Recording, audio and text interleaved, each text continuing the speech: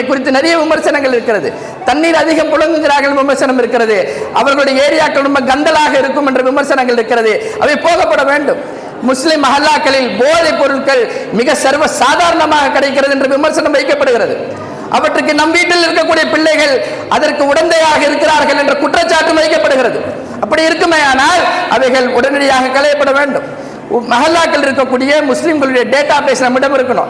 யாரு எந்த வீட்டில் இருக்கா, அவங்களுக்கு என்ன தேவை இருக்கிறது, எத்தனை வீடுகளாக எத்தனை கதவுகளை அவர்கள் தட்டுவார்கள், தங்களுடைய கோரிக்கைகளை தங்களுடைய தேவைகளை பூர்த்தி செய்வதற்கு எத்தனை அலுவலகங்கள் ஏறி இறங்குவார்கள், அவர்களுடைய கோரிக்கைகளை பூர்த்தி செய்வதற்கான டேட்டா பேஸ் நம்மள்கிட்ட இருக்கணும்.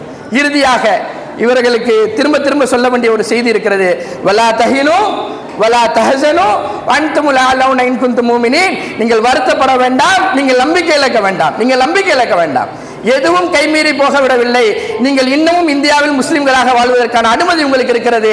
இங்கே உங்களுக்கான சார்புக்கு பேசுவதற்கும் இங்கே சில கட்சிகள் இருக்கிறது என்ற அந்த ஆறுதலையும் அந்த கருத்தையும் இந்த முஸ்லிம் உம்மத்துக்கு நாம் வைக்க வேண்டிய கடமை இருக்கிறது.